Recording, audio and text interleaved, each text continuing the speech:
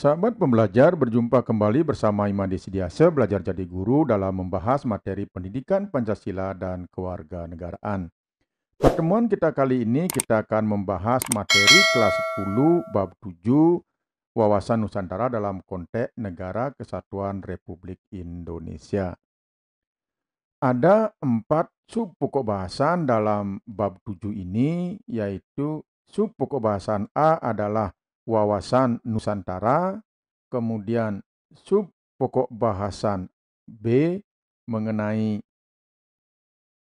kedudukan, fungsi, dan tujuan wawasan Nusantara, kemudian sub pokok bahasan C aspek Trigatra dan Pancagatra dalam wawasan Nusantara, kemudian sub pokok bahasan D, peran serta warga negara mendukung implementasi wawasan kebangsaan. Seperti yang kita ketahui bahwa Indonesia merupakan negara yang memiliki banyak kebudayaan dan adat istiadat. Nah, oleh karenanya perlu ada cara pandang dan sikap yang sama mengenai diri dan lingkungannya. Indonesia merupakan negara yang beraneka ragam dengan mengutamakan persatuan dan kesatuan. Nah, pada bab ini kita akan memaparkan bagaimana pentingnya wawasan Nusantara dalam Negara Kesatuan Republik Indonesia. Kita mulai membahas dari sub pokok bahasan A, yaitu wawasan Nusantara. Secara etimologis, wawasan Nusantara itu berasal dari kata wawasan dan Nusantara. Wawasan itu berasal dari wawas, dalam bahasa Jawa itu artinya pandangan, tinjauan, dan penglihatan indrawi. Jadi wawasan itulah pandangan atau tinjauan penglihatan indrawi. Wawasan itu berarti cara pandang dan cara melihat. Sedangkan Nusantara berasal dari kata nusa dan antara. Nusa artinya pulau atau kesatuan pulau, dan antara artinya menunjukkan letak antara dua unsur. Jadi Nusantara itu adalah kesatuan pulau yang terletak di antara dua benua, yaitu Asia dan Australia, dan dua samudra, yaitu Samudra Hindia dan Pasifik. Ini berdasarkan pengertian modern, Nusantara itu digunakan sebagai pengganti nama Indonesia. Berdasarkan teori-teori tentang wawasan, tentang latar belakang falsafah Pancasila, latar belakang pemikiran aspek wilayah, aspek sosial, budaya, dan aspek kesejarahan, maka terbentuklah suatu wawasan nasional Indonesia yang disebut dengan wawasan Nusantara. Dengan rumusan pengertian sampai saat ini terus berkembang. Banyak pengertian tentang wawasan Nusantara, tetapi ada satu pendapat pengertian wawasan Nusantara yang diusulkan menjadi ketetapan MPR dan dibuat di Lemhanas pada tahun 1999, yaitu cara pandang dan sikap bangsa Indonesia mengenai diri dan lingkungannya yang serba beragam dan bernilai strategis dengan mengutamakan persatuan dan kesatuan bangsa serta kesatuan wilayah dalam menyelenggarakan kehidupan bermasyarakat, berbangsa, dan bernegara untuk mencapai tujuan nasional. Jadi dengan demikian, wawasan Nusantara itu mencakup semua aspek kehidupan yang utuh, sehingga tidak dapat dipisah-pisahkan sesuai dengan kepentingan. Bangsa Indonesia yang majemuk ini harus mampu membina dan membangun atau menyelenggarakan kehidupan nasional yang baik. Nah, untuk itu, pembinaan dan penyelenggaraan tata kehidupan bangsa dan negara ini disusun atas dasar hubungan timbal balik antara semua aspek dengan mengutamakan persatuan dan kesatuan nasional. Dari pengertian yang kita sebutkan tadi, maka pengertian yang digunakan sebagai acuan ajaran dasar wawasan Nusantara sebagai geopolitiknya Indonesia adalah cara pandang dan sikap bangsa Indonesia mengenai diri dan lingkungannya yang serba beragam dan bernilai strategis dengan mengutamakan persatuan dan kesatuan wilayah dan tetap menghargai serta menghormati kebinekaan dalam setiap aspek kehidupan nasional untuk mencapai tujuan nasional. Yang selanjutnya kita bicarakan tentang hakikat wawasan Nusantara. Hakikat wawasan Nusantara itu adalah keutuhan Nusantara dalam pengertian cara pandang yang selalu utuh menyeluruh dalam lingkup Nusantara demi kepentingan nasional. Jadi hal ini berarti bahwa setiap warga masyarakat dan aparatur negara dia harus berpikir, bersikap dan bertindak secara utuh menyeluruh demi kepentingan bangsa dan negara Indonesia. Demikian juga produk-produk yang dihasilkan oleh lembaga negara harus dalam lingkup dan demi kepentingan bangsa dan negara Indonesia tanpa menghilangkan kepentingan lainnya seperti kepentingan daerah, kepentingan golongan, dan kepentingan perorangan. Kita memandang bangsa Indonesia dengan Nusantara merupakan satu kesatuan. Hakikat wawasan Nusantara itu adalah keutuhan dan kesatuan wilayah nasional. Atau dengan kata lain, hakikat wawasan Nusantara itu adalah persatuan bangsa dan kesatuan wilayah. Hakikat Nusantara ini diwujudkan dengan menyatukan Kepulauan Nusantara menjadi satu kesatuan politik, ekonomi, sosial budaya, dan pertahanan keamanan. Yang selanjutnya kita akan membahas mengenai asas wawasan Nusantara. Asas wawasan Nusantara merupakan ketentuan atau kaidah dasar yang harus dipatuhi, ditaati, dipelihara, dan diciptakan demi tetap taat dan setianya komponen pembentuk bangsa Indonesia terhadap kesepakatan bersama.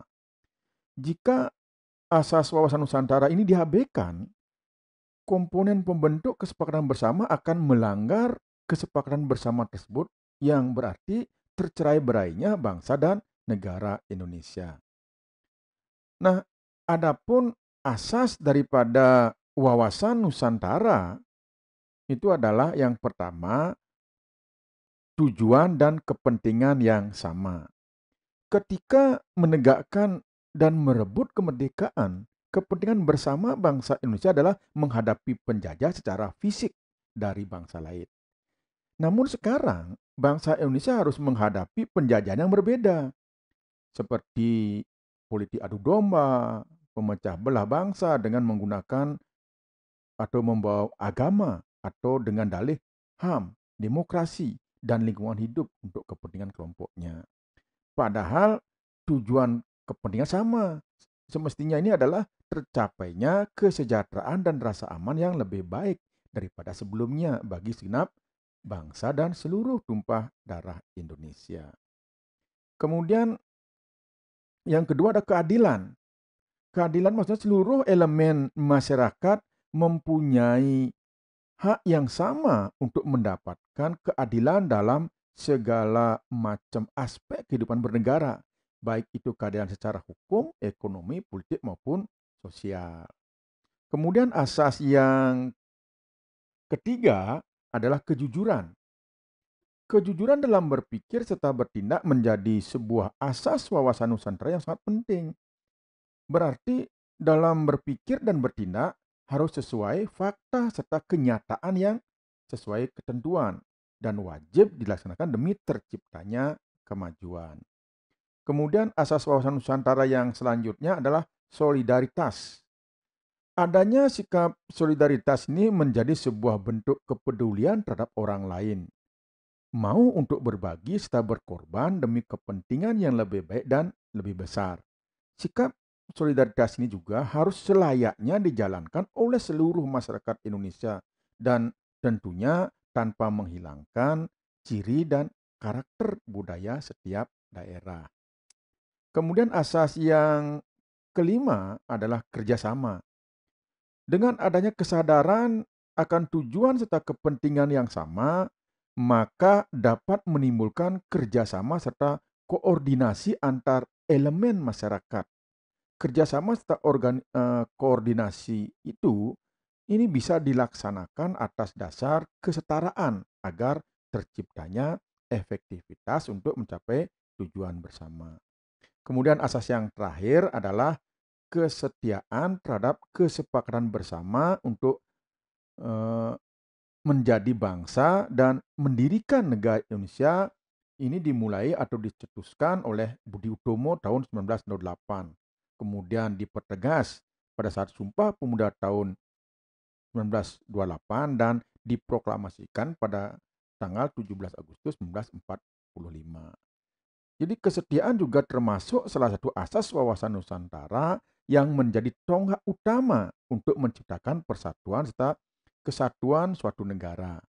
Kesetiaan ini bisa diwujudkan dengan melaksanakan segala macam kegiatan sesuai dengan aturan dengan tujuan demi kemajuan bangsa dan negara.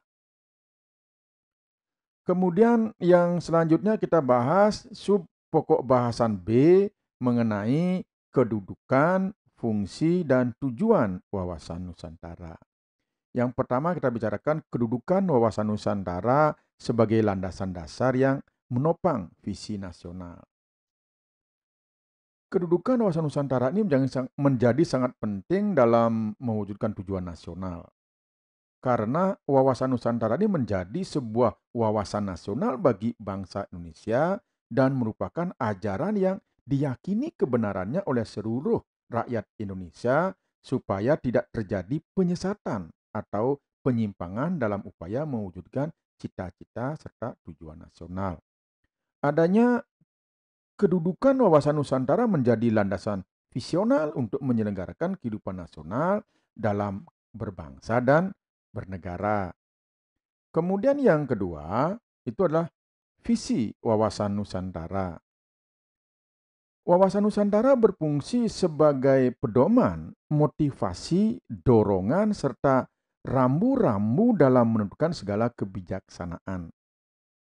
Baik juga dalam menentukan keputusan, tindakan, bagi penyelenggaraan negara, baik itu dilakukan di tingkat pusat maupun di daerah, serta bagi seluruh rakyat Indonesia dalam kehidupan berbangsa, bernegara.